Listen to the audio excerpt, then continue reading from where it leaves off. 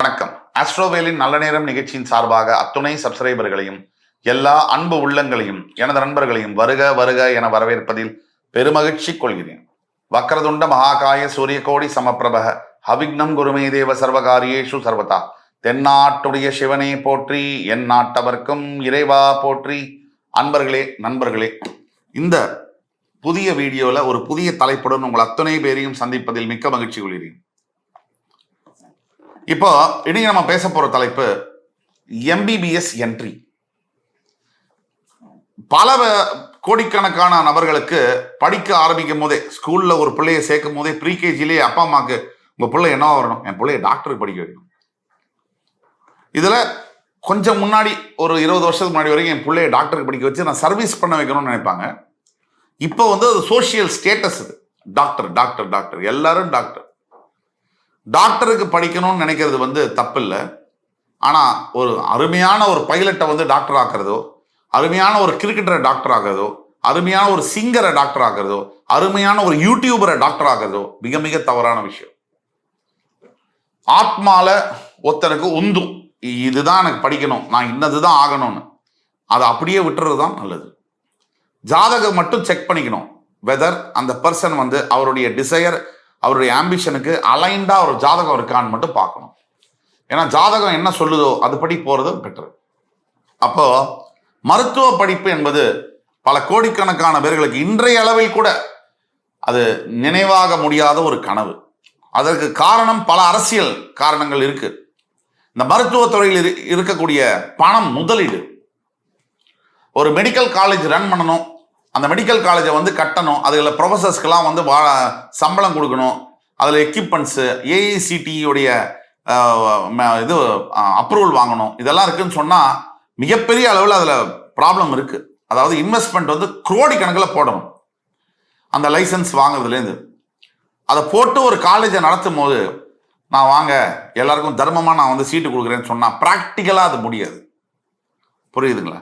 நம்ம இங்கே உட்காந்து என்ன வேணால் பேசலாம், அந்த காலேஜை நடத்துகிறவங்களுக்கு அது ப்ராக்டிக்கலாக அது பாசிபிள். அதே சமயத்தில் ஒரு காலேஜை நடத்தும் போது அதையே வந்து பல காலேஜஸில் வியாபார கூடமாக ஆக்கி இஷ்டத்துக்கு காசு 50 கோடி 5 கோடி என்ட்ரன்ஸ் மெடிக்கல் சீட்டு கிடைக்கணும். அதுனால தான் வந்து மத்திய அரசாங்கம் சில நீட்டுங்கிற முறையில் உண்மையான திறமையுள்ள மாணவர்களுக்கு இடம் கொடுக்கணுங்கிற வகையில் அதை கொண்டு வந்தாங்க.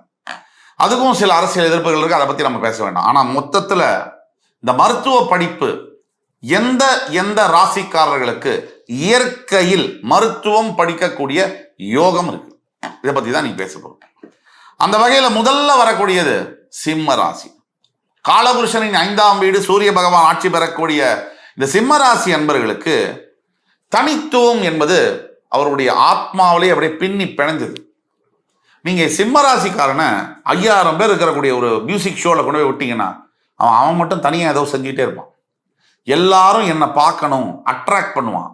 மற்றவர்களை கவருவது என்பது அவங்களோட உடல் அமைப்பாக இருந்தாலும் சரி, உள்ளமாக இருந்தாலும் சரி, எப்பவும் அதை சுற்றியே அவனுக்கு கவனம் இருக்கும்.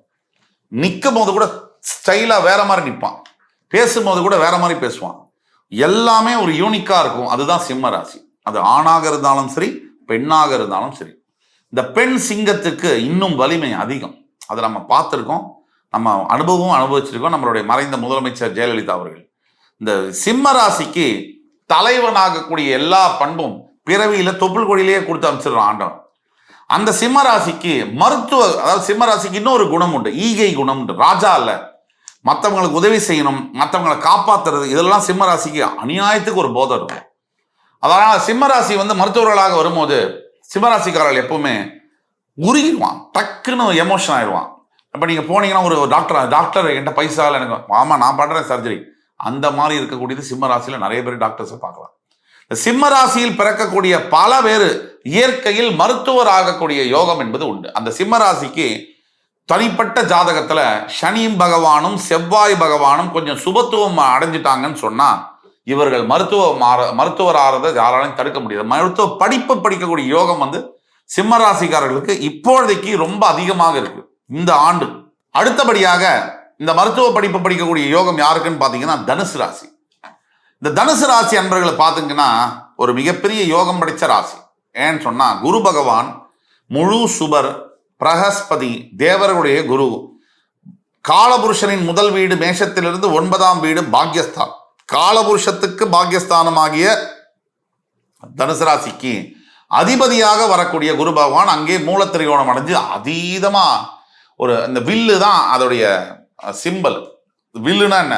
லட்சியம். மருத்துவ கனவு என்பது பலிக்கிறது. தனுசு ராசி என்பர்களாகிய மாணவர்களுக்கு மருத்துவ படிப்பு படிக்கக்கூடிய யோகம் என்பது பிறவியிலேயே வருது. அப்ப மருத்துவ கல்வி ஏன் வருதுன்னா பாக்கியம். ஒயிட் காலர் ஜாப்னு சொல்றோம். டாக்டர் என்ன கோட்டு போடுவார்? ஒயிட் கோட்டு தான் போடுவார். தனுசு ராசி குரு பகவான் white collar jobs, white collar எல்லா நல்ல ஹைஃபை ஜாப்ஸ் எல்லாத்துக்கும் காரகத்துவம் குரு பகவான். அப்ப அந்த குரு பகவான் மூலத்திரிகோணம் அடையக்கூடிய தன்னுடைய ஆட்சி பெறக்கூடிய தன்னுடைய வீட்டில் இருக்கக்கூடிய தனுசு ராசி நேயர்களுக்கு மருத்துவம் சம்பந்தப்பட்ட படிப்பை படிக்கக்கூடிய ஞானத்தை வழங்குகிறார்.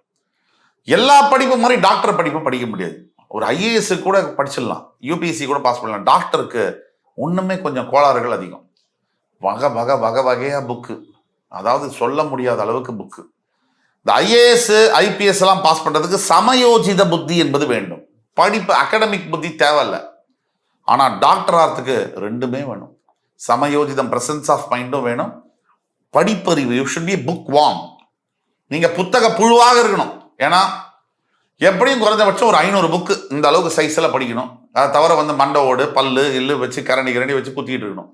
இதெல்லாம் கிடைக்கணும்னா நீங்க மருத்துவ படிக்கணும்னா உங்களுக்கு முதல்ல டாக்டர் சொல்லித்தரது நிதானம் தான் சொல்லி தருவாங்க. ஒரு டாக்டர் முதல்ல பேஷண்டா இருக்கணுமாங்க, அப்புறம் தான் அவருக்கு கிட்ட வர பேஷண்டா அவரை பார்க்க முடியும்னு சொல்லுவாங்க. அந்த யோகம் என்பது தனுசு ராசி அன்பர்களுக்கு இயற்கையிலேயே இருக்கு.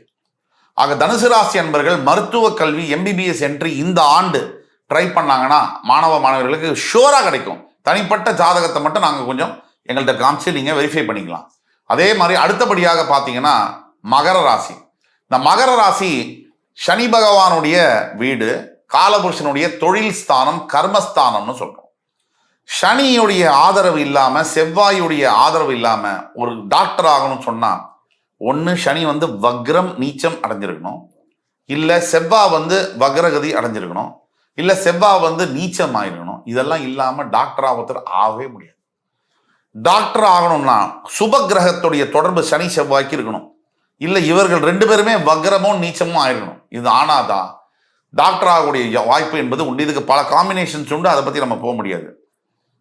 சனி பகவானுடைய கர்மஸ்தானம் ஆட்சி பெறக்கூடிய மகர ராசி, இந்த மகர ராசி அன்பர்களுக்கு பிறவியிலேயே சர்ஜனா பிறக்கக்கூடிய வாய்ப்பு. எப்படி?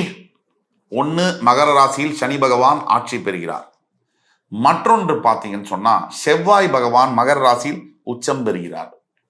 இது ரொம்ப கால்குலேட் பண்ண வேண்டிய ஒரு விஷயம். இந்த சனி பகவான் ஆட்சி பெற்று செவ்வாய் உச்சம் பெறக்கூடிய வீடு இது மகர ராசி மட்டுமே. அப்படிப்பட்ட ஏன் செவ்வாய்க்கும் மருத்துவத்துக்கும் என்ன சார் சம்பந்தம்? செவ்வாய் அல்லாமல் மருத்துவம் என்பது இல்லை. ஏன்?